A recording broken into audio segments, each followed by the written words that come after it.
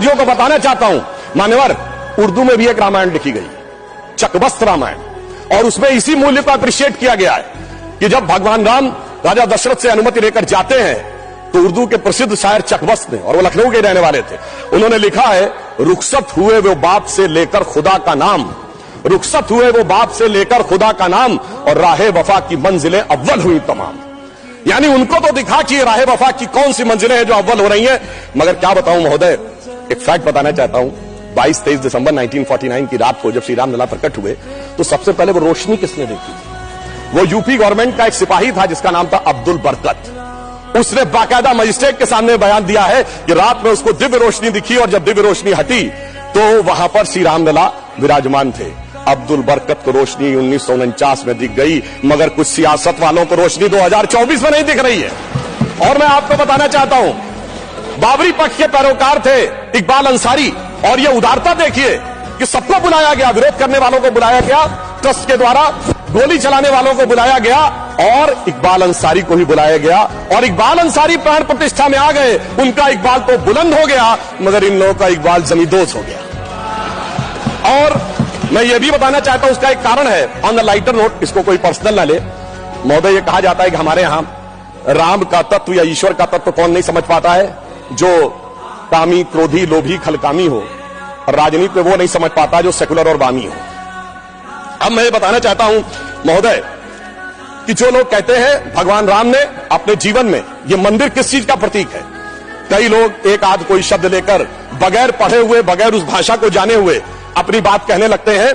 तो मैं बताना चाहता हूं, भगवान राम ने कौन मेरा भक्त है इसका बाकायदा उदाहरण दिया। उन्होंने लिखा है, जात पात कुल धर्म बढ़ाई, धन बल परिजन गुण चतुराई। इन 10 चीजों से मैं नहीं मिलता। मैं कैसे मिलता हूं? भक्ति से मिलता हूं। ये सारी 10 चीजें हो किसी के पास और भक्ति ना हो, तो उन्होंने कहा, भगतहीन नर मोहे ऐसे, जल बिन बारिध लागे जैसे। अर्थात अगर ये सब कुछ हो, जात पात कुल धर्म बढ़ाई ये हो, भक्ति ना हो, तो ऐसा जैसे बादल हो उसमें पानी ना हो। इसलिए भगवान ने इस बात का संदेश दिया।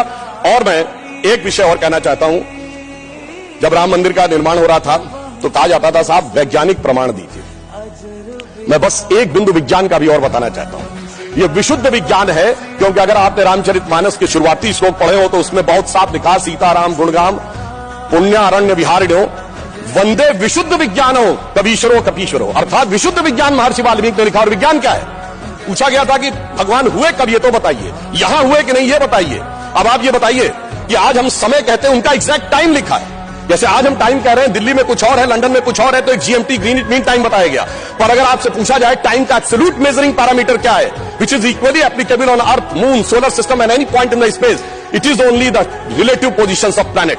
और भगवान राम का वो exact relative position of planet, जो आइंस्टीन का 4th डायमेंशन कहा जा सकता है, वो लिखा है कि मेष राशि में सूर्य था, मकर राशि में मंगल था, तुला राशि में शनि था, मीन राशि में शुक्र था। और जब नासा ने अपने प्लेनेटोरियम गोल्ड सॉफ्टवेयर में डाला तो 5114 बीसी की डेट निकल आई। इससे ज्यादा किसी को सबूत चाहिए?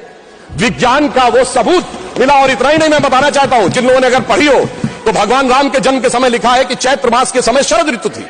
अंगद बताते हैं कि अश्विनी मास यानी आज के अक्टूबर के समय वसंत ऋतु थी।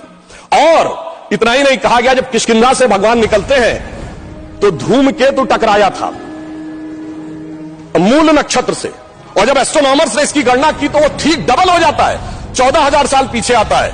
इसका मतलब प्रमाण देखने हैं तो प्रमाण जमीन के नीचे से भी निकले, शाही फरमानों से भी निकले, और आसमान से भी निकले। समस्त मर्यादाओं को पूर्ण करते हुए हमारे ये इस विषय के ऊपर आए। और मैं एक बात और कह दूं, कभी कहा जाता था महर्षि वाल्मीकि ने तो रामायण भगवान राम के पैदा होने से पहले लिख दी थी, और कहा जाता है भविष्य में जाके लिख दी। कहा जाता है गप है, बकवास है, कैसे हो सकता है? महाभारत कहा जाता है वेद व्यास ने भूतकाल में जाके लिखी, वैशंपायन के समय। अरे ऐसा कैसे हो सकता है? मैं पूछना चाहता हूं, 1916 में आइंस्टीन की थ्योरी ऑफ रिलेटिविटी देने के बाद अब time travel forward, time travel backward बकवास है क्या?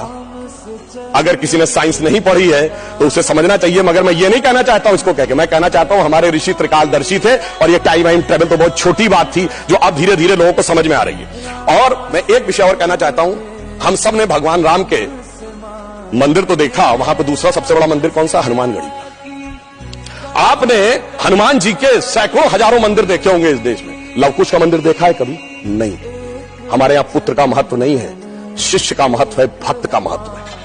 हमारे यहां बायोलॉजिकल सक्सेशन का महत्व नहीं है, स्पिरिचुअल सक्सेशन का महत्व है। इसीलिए द्रोणाचार्य के बेटे का स्थान ऊंचा नहीं है, शिष्य का स्थान ऊंचा है। इसीलिए हम हर जगह गुरु शिष्य परंपरा की बात करते हैं, पिता पुत्र परंपरा नहीं होती। भगवान राम का चरित्र इस बात का उदाहरण देता है कि हर जगह आपको हनुमान जी के मंदिर मिलेंगे, वो भी राम से ज्यादा मिलेंगे। और मैं अंत में यह कहना चाहता हूं महोदय, एक बार एक डिबेट में वो कहने लगे कि भाई you are talking about the Ram temple, how does Ram temple fits in the 21st century, emerging India aspires to become a technologically advance and become the economic super power with the youngest population, where does Ram mandir fits in that? मैंने कहा सुनिए महोदय, हम 21वीं सदी में भारत को सिर्फ economic, intellectual, military super power नहीं बनाना चाहते, हम वर्ल्ड लीडर बनाना चाहते हैं। और जब वर्ल्ड लीडर बनाना चाहते हैं तो it should symbolize the certain set of values which will inspire the world. और अगर सारे श्रेष्ठतम मानवीय मूल्यों का प्रतीक कोई एक होगा तो वो भगवान राम का मंदिर होगा, जो विश्व के सबसे श्रेष्ठतम मानवीय मूल्यों का प्रतीक होगा। कैसे? मैं आधुनिक जियोपॉलिटिक्स से बताना चाहता हूं। आज कोई एक देश किसी पर अटैक कर रहा है, रशिया यूक्रेन की लड़ाई चल रही है, चाइना का ताइवान के साथ प्रॉब्लम चल रहा है, इराक और उसका चला। क्या है डिप्लोमेसी में? नंबर 1 एनेक्सेशन, दूसरे देश को मिला लो।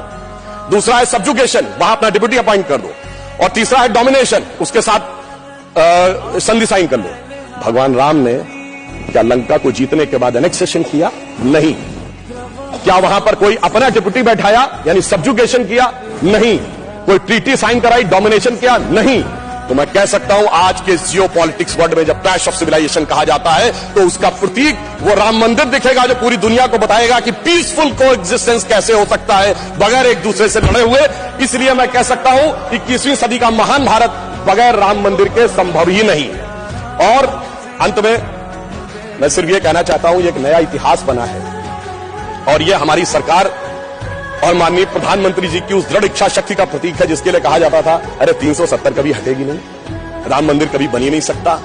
मगर ये वो लोग कहते हैं जो फूलों के हार पहनते हैं। हमारे प्रधानमंत्री जी अंगारों के हार पहनते हैं, और जो अंगारों के हार पहनते हैं वो इतिहास को बदलने में निश्चित रूप से सफल होते हैं। इसलिए मैं अंत में ये कहना चाहता हूं, अपनी सरकार को बधाई देते हुए, श्री राम जन्मभूमि न्यास ट्रस्ट, हमने बहुत साफ कहा था हम मंदिर नहीं बनवा रहे, मंदिर न्यास बनवा रहा, हम सिर्फ मार्ग प्रशस्त कर रहे हैं। दूसरों ने कहा था कि हम वो बनवा रहे हैं, तो हम सिर्फ उनके लिए कहना चाहते हैं प्रधानमंत्री जी की तरफ से कि अंगार हार उनका जिनकी सुनहाक समय रुक जाता है, अंगार हार उनका जिनकी सुनहाक समय रुक जाता है, आदेश इधर कर देते हैं इतिहास उधर मुड़ जाता है। धन्यवाद।